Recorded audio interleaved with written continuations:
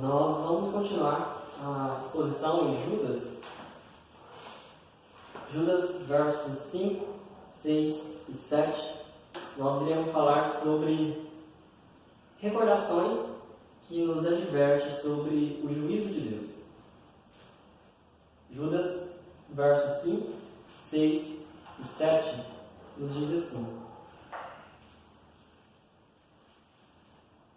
Quero, pois, lembrar-vos, embora já estejais cientes de tudo, uma vez por todas, que o Senhor, tendo libertado um povo, tirando-o da terra do Egito, destruiu depois os que não creram, e a anjos, os que não guardaram o seu estado original, mas abandonaram o seu próprio domicílio, ele tem guardado sob trevas, em algemas eternas, para o juízo do grande dia, como Sodoma e Gomorra e as cidades circunvizinhas, que, havendo-se entregado à prostituição como aqueles, seguindo após outra carne, são postas para exemplo do fogo eterno, sofrendo punição.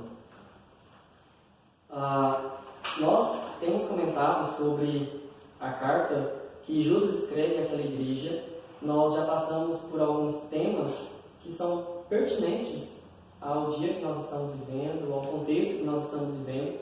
Se tomarmos as palavras de Paulo para os nossos dias, quando ele dizia que no fim dos tempos a própria congregação e muitos falsos mestres se introduziriam com o fim de enganar, com o fim de ensinar aquilo que não provém de Deus, mas que são apenas preceitos humanos. Nós estamos muito mais próximos da volta de Cristo do que Paulo esteve. Então, os nossos dias são difíceis e em muitas situações, em muitas circunstâncias, nós temos visto os sinais cada dia mais visíveis da volta de Cristo, do juízo final, como nós temos falado. Pensando então nas recordações que Judas adverte a igreja sobre o juízo de Deus, ele irá ensinar a igreja a pensar e a trazer à memória alguns juízos que Deus efetuou na história da revelação bíblica ao longo, principalmente aqui dos textos que ele irá se recorrer do Antigo Testamento. Pensando nisso, nós pensamos e recordamos todos os dias muitas coisas.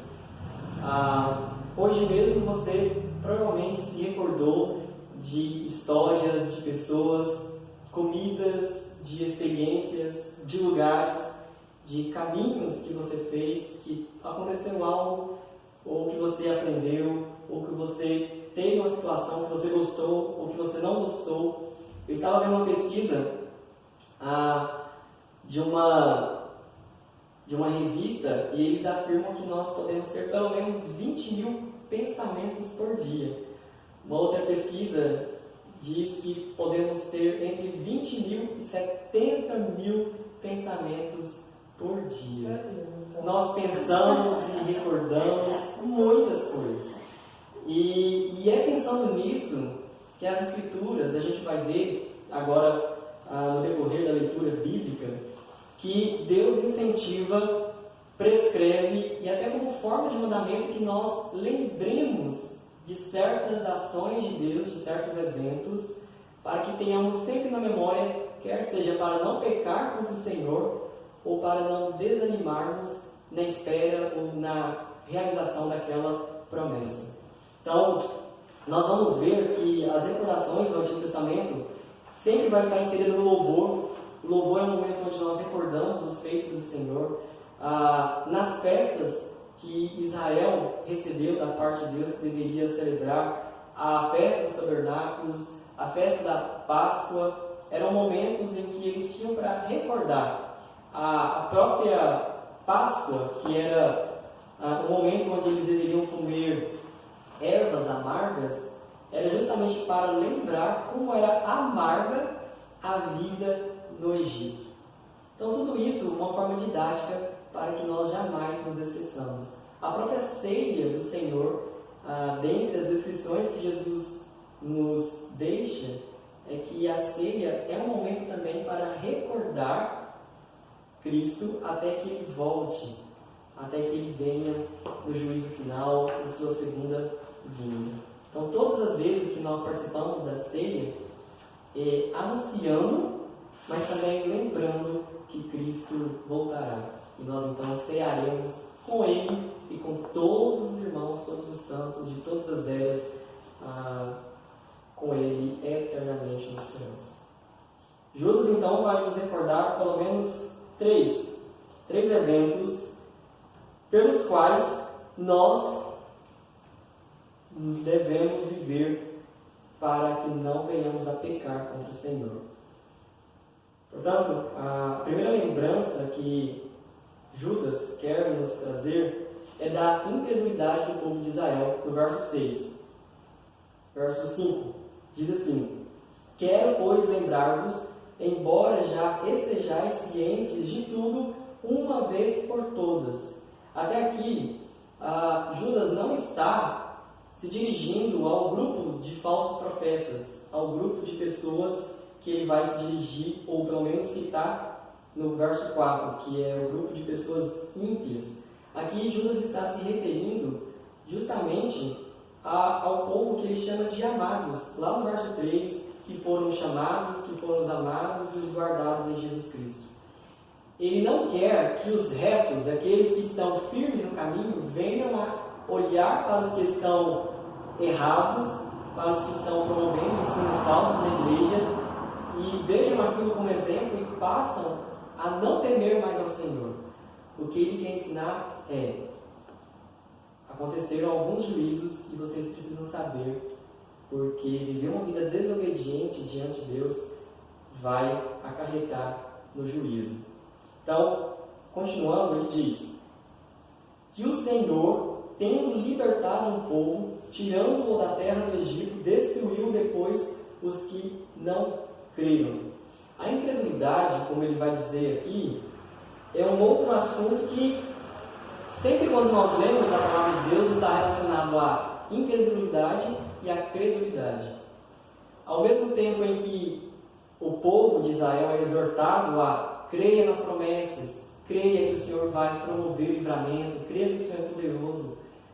Da mesma forma, nós vemos os profetas, principalmente, exortando ao povo para que não seja incrédulo, para que não creia em outros deuses. Aqui a incredulidade está sempre relacionada a Deus.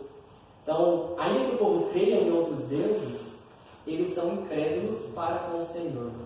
Então, nós vamos ver sempre essa dinâmica na Bíblia: crer e não crer. A pregação do Evangelho, quando nós saímos para evangelizar, conforme o Evangelho de João, capítulo 3, Jesus está ali conversando com Nicodemos e ele fala para Nicodemos que aquele que crer no Evangelho já possui, já recebeu a vida eterna, já está salvo. Mas aquele que não crê no Evangelho já está julgado, condenado, porque não crê no unigênito Filho de Deus. Então, toda vez que nós formos pregar e que alguma coisa diferente da pessoa dizer, eu creio, eu entendi, não é que nós pregamos errado, não é que alguma coisa aconteceu que não deu certo. Porque o Evangelho tem justamente esse duplo propósito de salvar e de condenar. Salvar aqueles que foram chamados, conforme nós lemos aqui em Judas, verso 1, mas condenar aqueles que não foram chamados e que, portanto, vivem de forma ímpia, desobediente ao Senhor. O grupo aqui, que Judas então está se referindo, é justamente apontando para os incrédulos que estão no meio deles e que não creem em Deus. E é interessante porque, no primeiro momento do versículo, Judas vai dizer que Deus libertou o povo.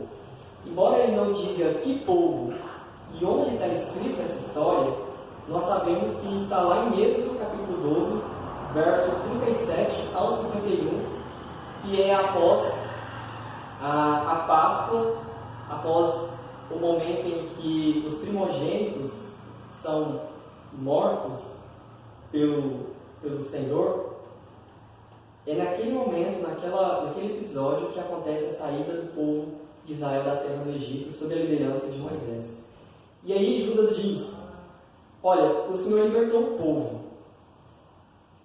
Quando nós lemos Êxodo, fala que além do povo de Israel, estava também pessoas que eram não judeus, mas que de alguma forma eram pelo menos simpatizantes ou, no maior e no extremo, realmente creram na promessa do Senhor, realmente creu na mensagem que Deus proferiu por boca de Moisés. Então, tinha simpatizantes, tinha pessoas que criam e que não criam. E esse povo que sai, como Judas aqui descreve, depois ele vai ser destruído. Para nós que conhecemos a história, a gente entende o que aconteceu. Mas você dizer para uma pessoa que o Senhor libertou, literalmente salvou um povo do domínio escravo do Egito e depois destruiu, parece ser uma contradição. Uai, o Senhor livrou para destruir? Mas na verdade, dentro do povo que saiu do Egito, quando nós chegamos então lá em Números, capítulo 14, verso 20 a 38, nós vamos ver que após os espias voltarem da terra de Canaã, 40 dias que eles passaram ali descrevendo, gravando as informações, conhecendo aquela terra, conhecendo o povo que ele habitava, conhecendo a plantação, a agricultura, conhecendo tudo, eles retornam para o arraial, onde está todo o povo, pelo menos aí mais de 2 milhões de pessoas. Eles voltam e dizem: não vamos entrar na terra de Canaã. Nós somos como gafanhotos aos olhos daquela nação. Somos pequenos, somos frágeis, somos fracos. Vamos voltar para o Egito. E aí, no meio daqueles espias, se levanta então Josué, que vai ser o sucessor de Moisés, e Caleb. Ele se levanta e diz: não, nós vamos entrar, o Senhor prometeu e Ele vai cumprir a sua promessa. Mesmo diante desses que acreditavam, a maioria não atendeu à voz do Senhor e foram incrédulos. Por isso que ele diz aí no verso 5: tendo libertado o povo, tirando-o da terra do Egito, destruiu depois os que não creram. Não creram no quê?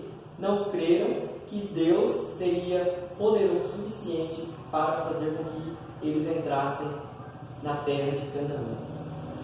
Quando nós olhamos lá a descrição, nós percebemos que fora Moisés, Arão, fora Josué, Caleb e fora todas as pessoas que tinham até 19 anos, todos os demais foram mortos, foram destruídos no deserto durante os 40 anos que eles peregrinaram até que cumprisse o juízo de Deus.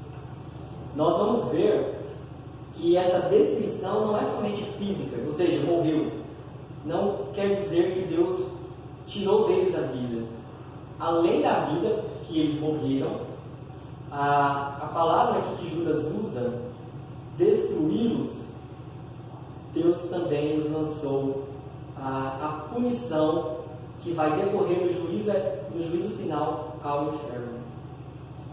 Então, quando nós lemos lá e vemos, eles simplesmente morreram e não entraram na terra de Canaã, mas foram salvos, está tudo certo. Não.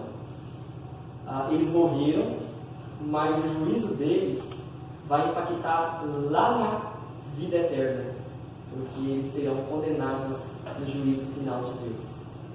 Toda aquela nação que não creu que Deus era poderoso para fazer com que eles entrassem na terra de Canaã. É claro que Moisés e Arão não entraram. Arão morreu antes de entrar na terra de Canaã e quem o sucedeu foi o seu filho. E Moisés, pela desobediência, que não foi incredulidade, ele não fala que foi incrédulo, mas em juízo de Deus, ele também não entrou na terra de Canaã, embora não foi condenado ao inferno. Ele nesse sentido, foi privado de entrar na terra de Canaã. E então, quem o sucede na liderança do povo de Israel é Josué, que foi um daqueles espias que creram no Senhor. Como ilustração para essa incredulidade e o juízo que provém de Deus, a gente conhece a parábola do rico e do Lázaro, lá em Lucas, capítulo 16, versos 19 e 31, onde a Bíblia conta, por meio de Cristo Jesus, que havia um rico que tinha condições, né, de arcar com tudo aquilo que ele desejava, e tinha um mendigo que provavelmente morava, se assentava ali perto da casa dele, desse rico.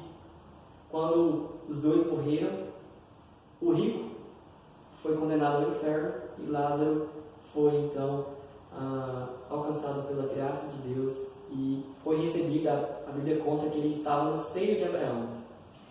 É interessante porque o rico que está no inferno, ele consegue ver o céu, consegue ver Lázaro sendo confortado por Abraão, sendo recebido por Abraão, e aí diz: Pai Abraão, mande que Lázaro molhe, nem que seja, ou pingue uma gotinha na minha língua para que eu tenha refresco desse fogo que me consome.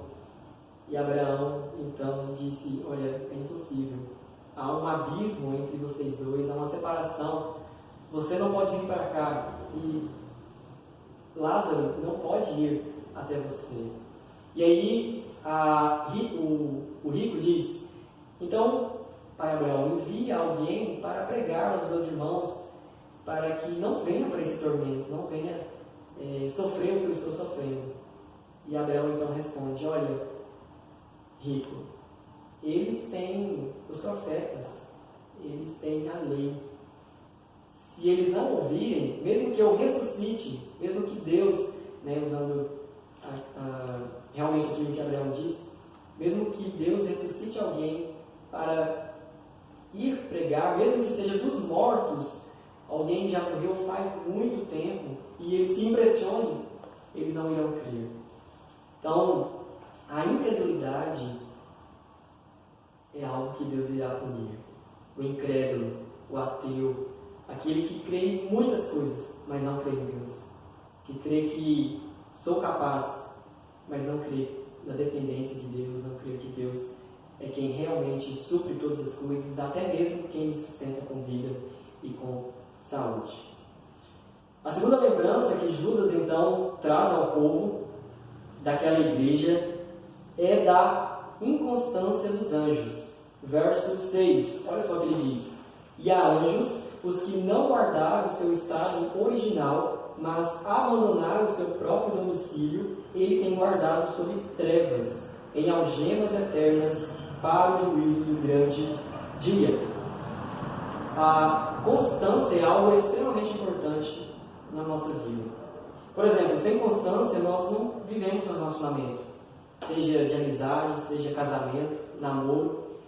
Se nós não formos constantes em nossos votos, no nosso amor, e mesmo que falte amor, se nós não formos constantes no nosso compromisso, não há casamento.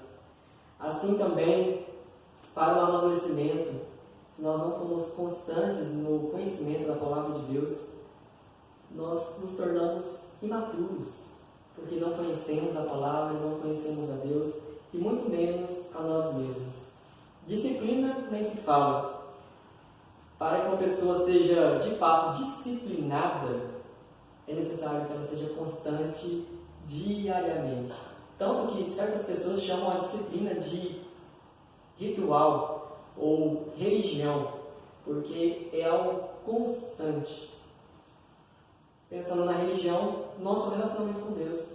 Uma pessoa que não é constante na oração, na leitura bíblica, em estar congregado, em praticar boas obras, dificilmente ela desfruta de um relacionamento saudável com Deus. Dificilmente ela tem segurança da salvação. Dificilmente ela consegue enxergar Deus como realmente Ele se descreve nas Escrituras. Porque uma pessoa longe, uma pessoa vê muito dificilmente e com dificuldades o conhecimento de Deus. Uma pessoa que está longe, ainda que seja uma pessoa que crê no Senhor, é uma pessoa que leva a vida de forma indisciplinada, inconstante. E aí, quando a gente pensa nisso, Judas vai falar sobre anjos, que a gente entende que é mensageiros. Se a gente fosse pegar a tradução literal, são mensageiros que estão no céu. Esses anjos, eles não guardaram o seu estado original. Acredito que todos nós temos conhecimento de que há anjos que estão com Deus e anjos que seguiram ao diabo. Aqueles que fizeram parte da rebelião do diabo em algum momento da história, ou pelo menos da eternidade, e que seguiram, subordinaram-se ao diabo, às pretensões do diabo. E por isso, Judas vai aqui descrever que eles não guardaram o seu estado original. Na nossa versão, na Almeida Revista Atualizada, fica um pouco mais difícil de entender quando ele diz estado original. Mas em outras versões quer dizer, e que faz mais coerência com aquilo que Judas quer que a igreja entenda, é que eles não guardaram a posição que eles receberam de Deus no céu de autoridade. E aqui, quando a gente vê as funções dos anjos, eles entregavam mensagens, eles resgatam pessoas do perigo.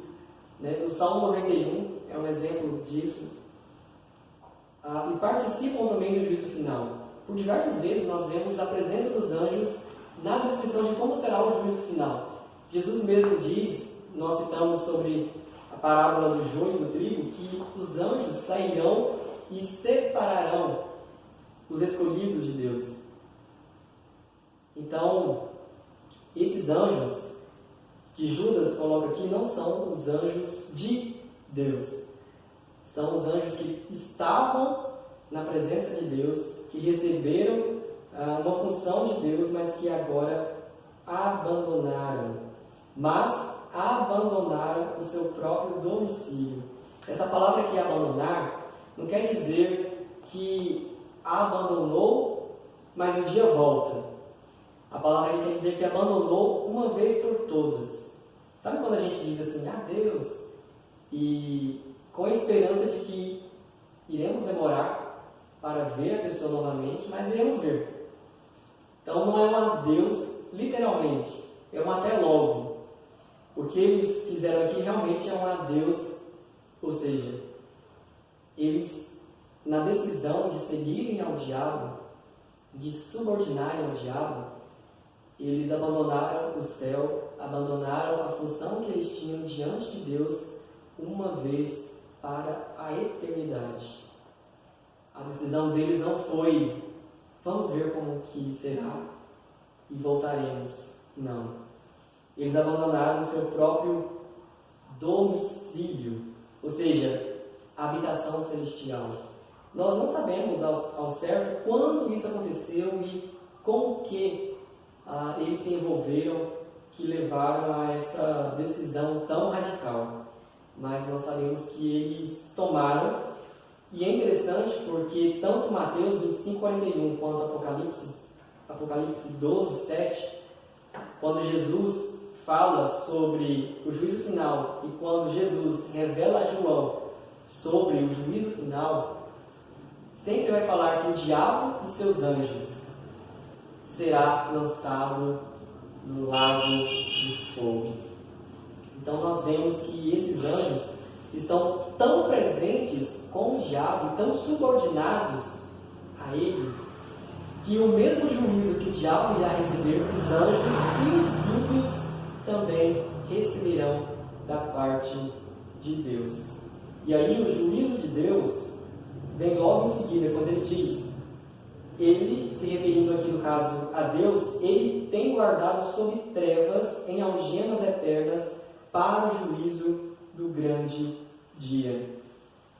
É como se Judas fizesse aqui um contraste irônico. Como assim?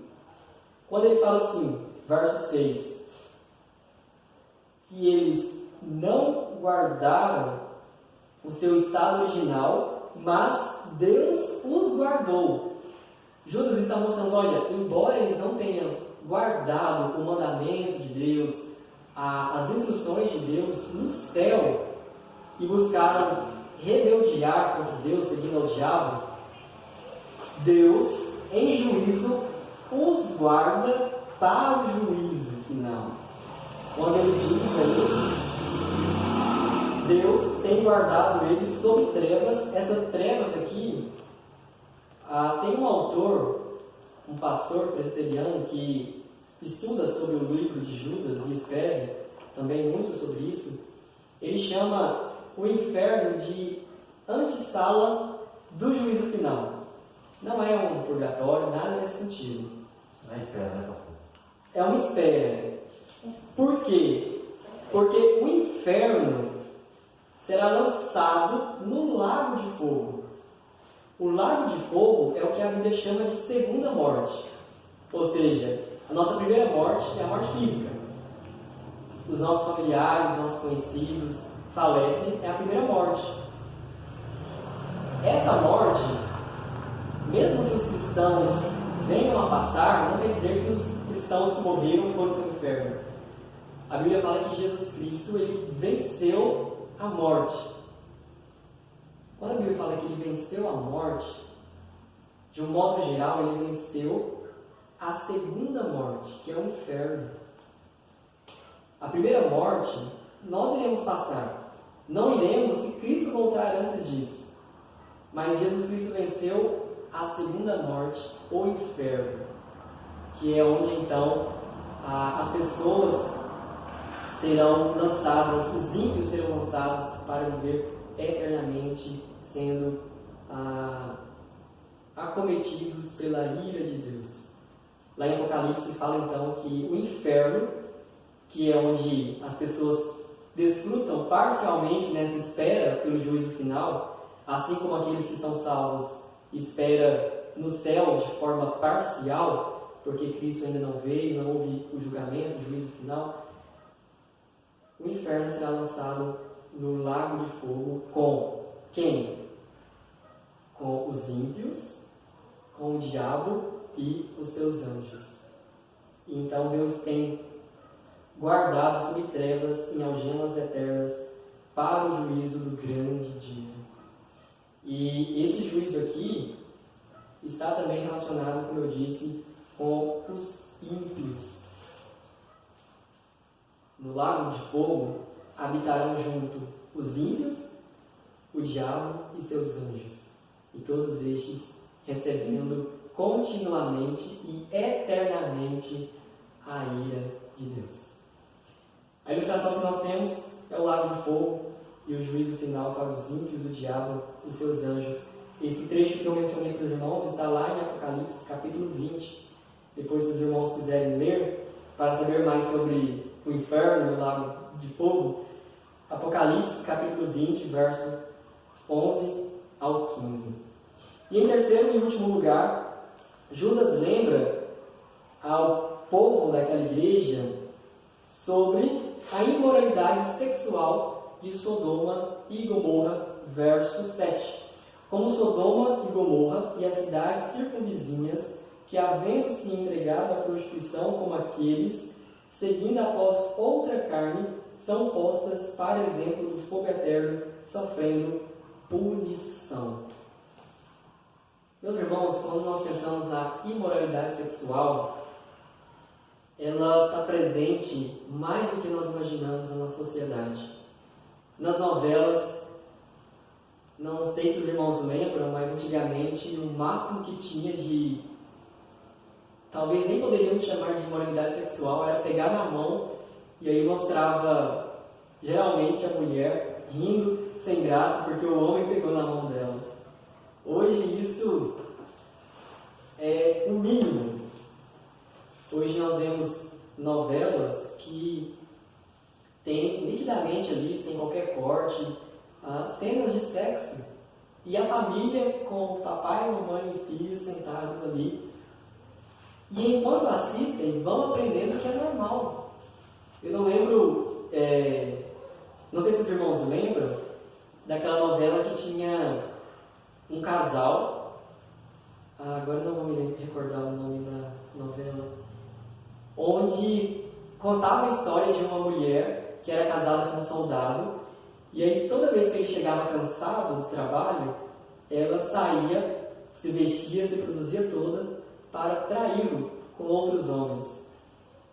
E durante a novela, eles escreveram, dirigiram a novela de uma forma que nós, de forma voluntária, a nossa torcida era para a mulher, para que ela não fosse pega.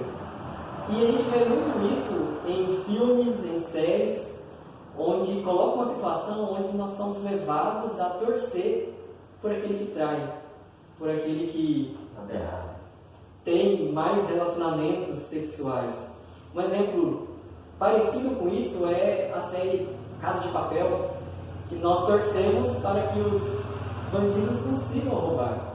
Quando roubar é pecado, mas nós torcemos porque somos educados. O modo como dirige, os cortes, a maneira como se faz, é para que a nossa atenção esteja em fulano, e não naquele que é correto, naquele que é o certo. Um exemplo bem mais prático ainda são as nossas conversas. Às vezes a gente vai conversar com certas pessoas e o tempo todo usa de ambiguidade. Fala uma coisa e aí fica rindo de canto de boca, e aí você acaba pensando naquilo que a pessoa quer que você pense. As piadas, como exemplo aí, nós temos os programas de comédia na televisão. Hoje se faz piada em volta do sexo. Um programa bem conhecido, A Praça é Nossa, 90% das piadas, daquilo que se faz, é sempre com cunho sexual. E nós vamos nos acostumando a isso. Antigamente, nas videolocadoras, os vídeos pornográficos ficavam dentro de uma sala que só entrava se fosse maior de idade e tudo mais. Hoje, do dia a dia, você vê estampado em revista, nas bancas de jornais, passando na rua, você já vê ali uma cena pornográfica, alguma cena de moralidade sexual, sem nenhum tipo de preservação. Passa em uma mulher, um idoso, uma criança, qualquer pessoa tem a oportunidade de ver. Sem falar que a internet possibilitou isso sem medidas, sem qualquer tipo de controle. Então, a imoralidade sexual que Judas está descrevendo aqui, para que a igreja e nós recordamos, para que não venhamos a pecar contra o Senhor, é a imoralidade sexual praticada à semelhança de Sodoma, Gomorra e as cidades circunvizinhas. Judas está fazendo uma referência ao livro de Gênesis, capítulo 19, verso de 1 ao 29, onde dois anjos, e aí esses anjos são da parte de Deus, foram ali para ver como é a situação daquela cidade. Quando eles chegam e é recebido na casa de Ló, a Bíblia fala que desde moços até idosos, todos foram até a casa de Ló para abusarem. A linguagem que eles usam lá, traga esses homens, como provavelmente os anjos que chegaram ali na casa de Ló estavam com a aparência de seres humanos, eles não perceberam que eram anjos. E aí mostra muito a motivação do que eles queriam de fato ali.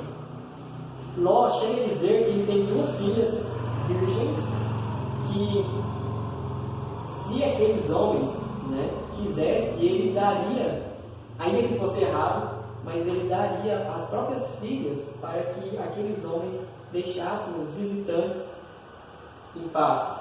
E aí eles dizem, não queremos. Nós queremos os dois homens que chegaram à noitezinha em sua casa. Traga eles para fora, porque nós queremos abusar deles. Não é abusar de fazer críticas, mas é abusar sexualmente, ter relações sexuais com ele. Quando ele diz aqui que Sodoma e Gomorra se entregaram, eles de fato sem nenhum tipo de domínio próprio, sem nenhum tipo de pudor, eles se lançaram à imoralidade sexual, à prostituição, à lascívia, à fornicação, tudo aquilo que era sexual, que estava relacionado com o pecado, eles tinham prazer. E aí nós vemos que essas duas características que Judas vai colocar, a primeira, eles se entregaram à prostituição, à imoralidade sexual, mas de forma mais definida, mais específica, ele diz, seguindo após outra carne. A palavra outra, aqui, como Judas está escrevendo no grego, no contexto que ele escreve, outra tinha a ver com sexo. Então, por exemplo, sexo masculino ou sexo feminino. Como ele diz aqui, seguindo após outra carne, ou seja, ele está se referindo a homens que se entregaram a práticas sexuais, mas que ao buscar essas práticas sexuais, eles buscaram outra carne, ou seja, outra condição da qual Deus nos criou naturalmente para termos relações sexuais, ou nós chamamos de heterossexualismo, que é sexo praticado por pessoas de sexos diferentes. Eles não buscaram isso, eles buscaram o homossexualismo, que é a prática sexual com pessoas do mesmo sexo. Aqui, é claro, a gente precisa lembrar que não está errado, não é que está se defendendo que qualquer prática sexual no hétero é correta e no homo é errado. Porque mesmo sendo heterossexuais, há várias práticas que são igualmente condenadas por Deus. A infidelidade, a poligamia, a lista que Levíticos vai trazer, sexo realizado entre pessoas próximas, pai e filha, ou filha e filho, com animais, inclusive, que até a nossa Constituição Federal já trata sobre isso, sobre a zoofilia, que é relação sexual com animais. Então, tudo isso é condenável por Deus da mesma forma como o homossexualismo. Por isso que nós, como cristãos, biblicamente, nós não devemos tratar o homossexualismo como uma doença. Porque é um pecado. Assim como mentira, assim como adultério, assim como fofoca, é pecado da mesma forma diante de Deus. Se nós formos fazer cura gay, nós temos que fazer cura da fofoca, cura do adultério, porque são igualmente condenadas por Deus. E qual que é o juízo, então, de Deus? No finalzinho ele diz, são postas, ou seja, as cidades são postas para exemplo do fogo eterno sofrendo punição. Há duas características esse juízo de Deus. A primeira característica é que Deus coloca essas cidades como exemplo. Não um exemplo a ser seguido, mas um exemplo a não ser seguido. Uma advertência. Não façam como essas nações, como essas cidades. São postas como exemplo. É o que diz Judas. E segundo, assim como eles se entregaram continuamente à imoralidade sexual, Deus, Ele está possibilitando ou causando o sofrimento dessas cidades até hoje, no tempo presente. Quando ele diz aí, sofrendo punição, é como se aquelas cidades foram destruídas, inclusive elas já não existem mais. A cidade de Gomorra, ela está hoje submersa pelo Mar Morto, então não existe. A Bíblia chega a falar que Deus não permitiria que nenhum cidadão mais habitasse naquelas cidades, então foram completamente destruídas pelo fogo, pelo juízo de Deus. Mas as pessoas que habitavam ali, que foram condenadas por Deus, hoje, lá no inferno, nesse tempo de espera, pelo sofrimento maior, estão sofrendo a punição de Deus. Jesus chega a dizer sobre o juízo de Deus.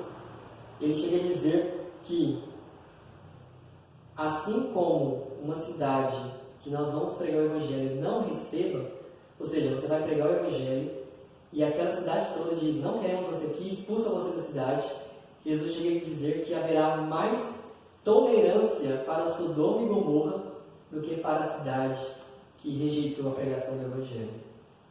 Então, ao longo de toda a Bíblia, nós vamos ver em alguns trechos citando Sodoma e Gomorra como exemplo de juízo, como exemplo da destruição, da ira de Deus sobre o pecado. Como ilustração, para encerrar, nós temos lá em Lucas, capítulo 17, versos 28 ao 30, Jesus está dizendo sobre qual será o sinal ou como as pessoas estarão vivendo na volta dele.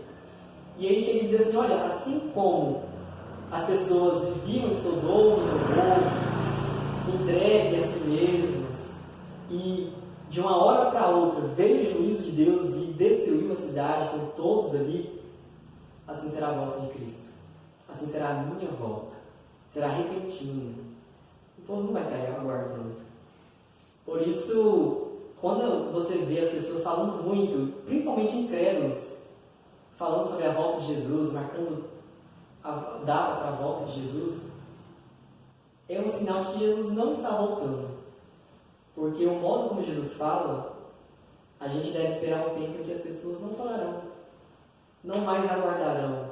Como ele chega a dizer, o amor se esfriará de quase todos. E aí ele voltará e pegará muitos de surpresa. E é onde nós, como cristãos, devemos estar preparados para não sermos surpreendidos com a volta de Cristo. Como conclusão, Judas, ele está aqui advertindo aos retos, aos que buscam viver em santidade, os que buscam viver fiéis, os que buscam viver uma vida temente ao Senhor. Ele não está advertindo aqueles que estão causando mal na igreja, porque eles já irão sofrer. Isto é, se eles não se arrependerem do pecado. Mas ele está aqui mostrando para os que estão firmes no caminho, olha, não desistam, não abrem mão da vida de santidade que vocês estão vivendo para seguir outra, porque o juízo é certo. Assim como veio sobre os incrédulos, assim como veio sobre os inconstantes e aqueles que se entregaram à imoralidade sexual, irá vir sobre todos aqueles que assim viverem. É claro que Judas aqui não quis fazer uma lista, ou seja, então se eu fizer qualquer coisa diferente desses pecados, não haverá juízo. Ele citou 3 como exemplo. Ele não quis fazer uma lista de todos os pecados. Ele teria condições de fazer? É claro. O Espírito Santo estava conduzindo, inspirando ele a escrever aquilo que era necessário. Mas não era esse o propósito. E sim mostrar que o juízo de Deus é certo sobre a vida dos ímpios. E aí, pensando nisso, ele adverte então aos amados, que ele chama no verso 3. Lembrem disso, meus irmãos. A palavra lembrar, quero, pois, lembrar-vos, não é só lembrar, mas é lembrar e agir. Ele quer que eles se lembrem desses juízos e vivam totalmente diferente da imoralidade, da inconstância e da incredulidade.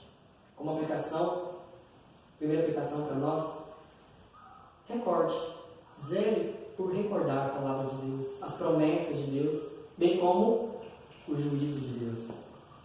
É necessário que a gente lembre para nos animar nos momentos de desânimo e do juízo, para que a gente tema ao Senhor e não andemos pelo caminho da iniquidade. Não nos assentemos na roda dos escarnecedores, como diz o Salmo 1.